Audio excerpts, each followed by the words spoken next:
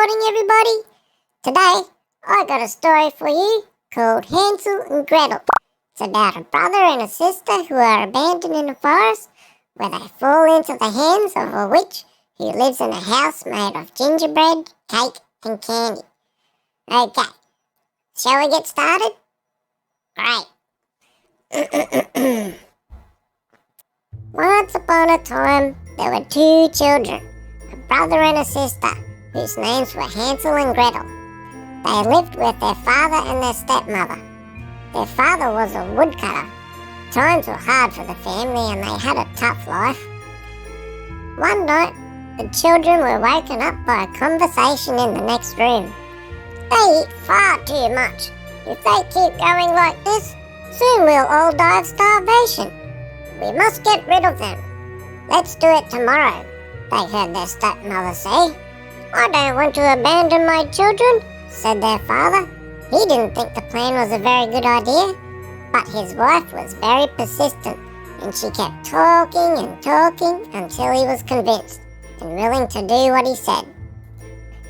Hansel, tomorrow we're going to die, whimpered Gretel. What shall we do? Hansel reassured his sister that they would survive. Get a good night's sleep, he soothed. As soon as his sister fell asleep, he went outside and filled his pockets with as many white pebbles as he could. Then he went to bed. The next morning, the family woke up early before sunrise. Today we're going to cut some wood for the winter. It's going to be a long day, said their stepmother. Take these pieces of bread and don't eat them before noon, because then you'll get hungry too early. Hansel gave his bread to Gretel to hold because his pockets were full of pebbles. They went deep into the forest, and on the way, Hansel stopped every few steps and dropped a pebble behind him without telling anyone. After a while, they stopped. The stepmother told the children to sit there and wait quietly for them to come back, and their father said nothing. Hansel and Gretel waited the whole day. They couldn't believe that their father would actually leave them. But as the sun set, they knew that everything that they had heard the night before was true. Don't worry, Gretel, said Hansel. I dropped a trail of pebbles all the way here. Let us eat our bread and have a sleep. We will leave tomorrow morning and be home by noon. Trust me. They did just as Hansel said. The next morning, they followed the trail Hansel had made and they made their way home.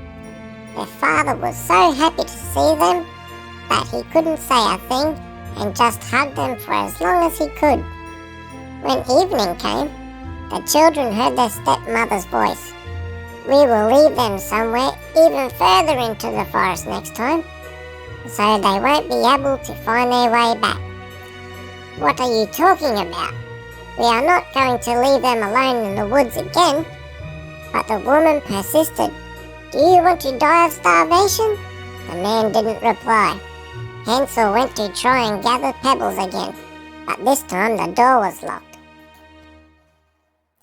The next morning, their stepmother gave them even smaller pieces of bread for lunch. On their way into the forest, Hansel dropped crumbs behind him so that they would be able to find their way back home just like before. They walked for hours and hours. Eventually, their stepmother said, This looks like a good place. You can have a nap here while your father and I cut wood. At lunch, Gretel shared her piece of bread with Hansel and then they fell asleep.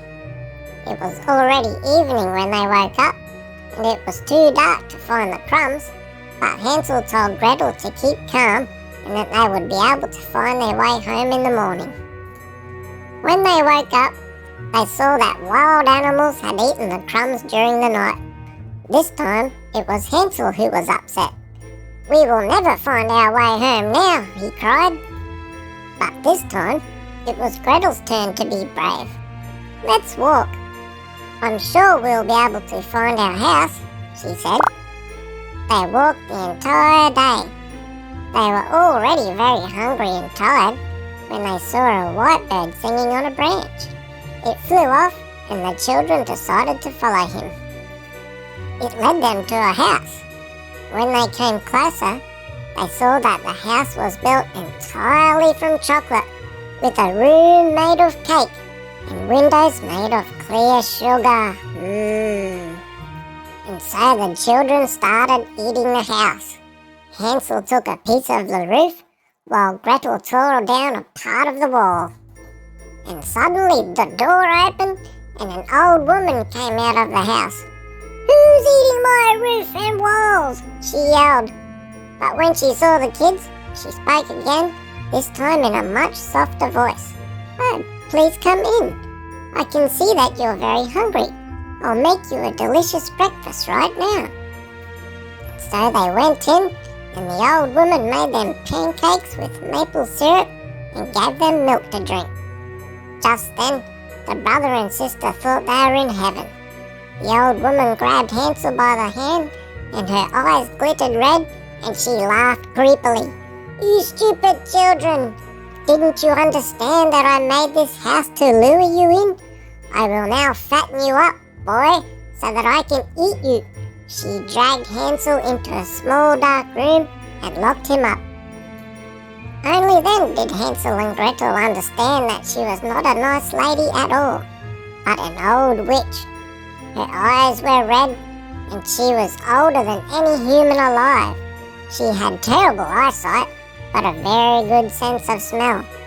No matter how much the children cried, the witch had no mercy on them. "Come on, girl, start cooking something delicious for your brother. By the end of the month, he should have gotten fat enough to be cooked." Gretel had no other option, so she started cooking for her brother, and a week passed like that. Hansel ate delicious food, while Gretel was always hungry.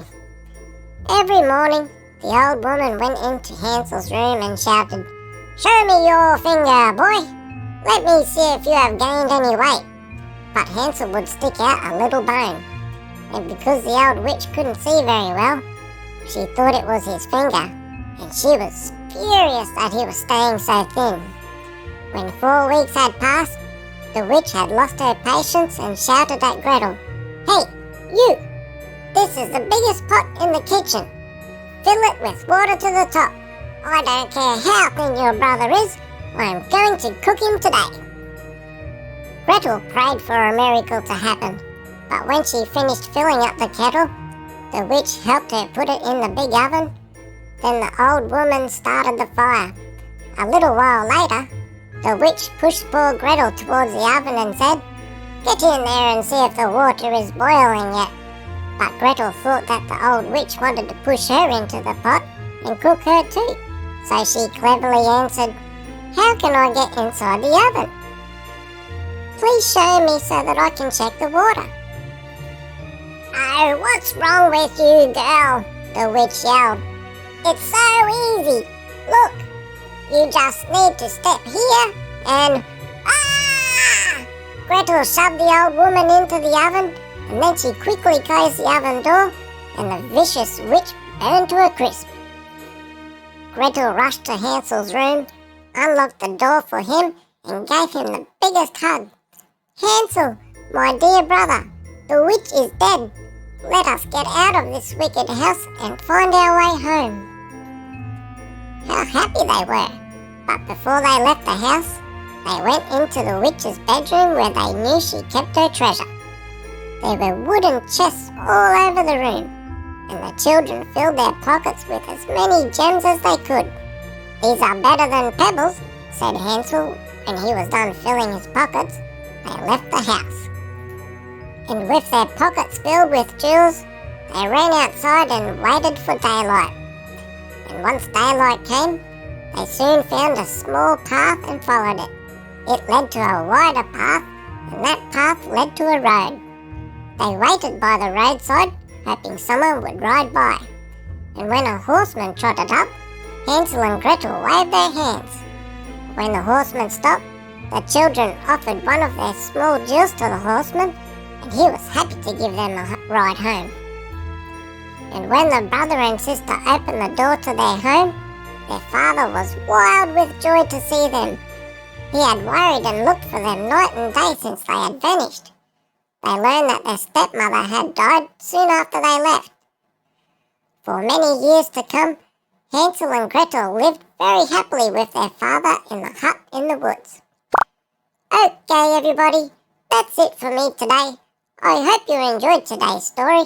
And remember, my name is Cheezy Cornelius, and I'll see you on the next one.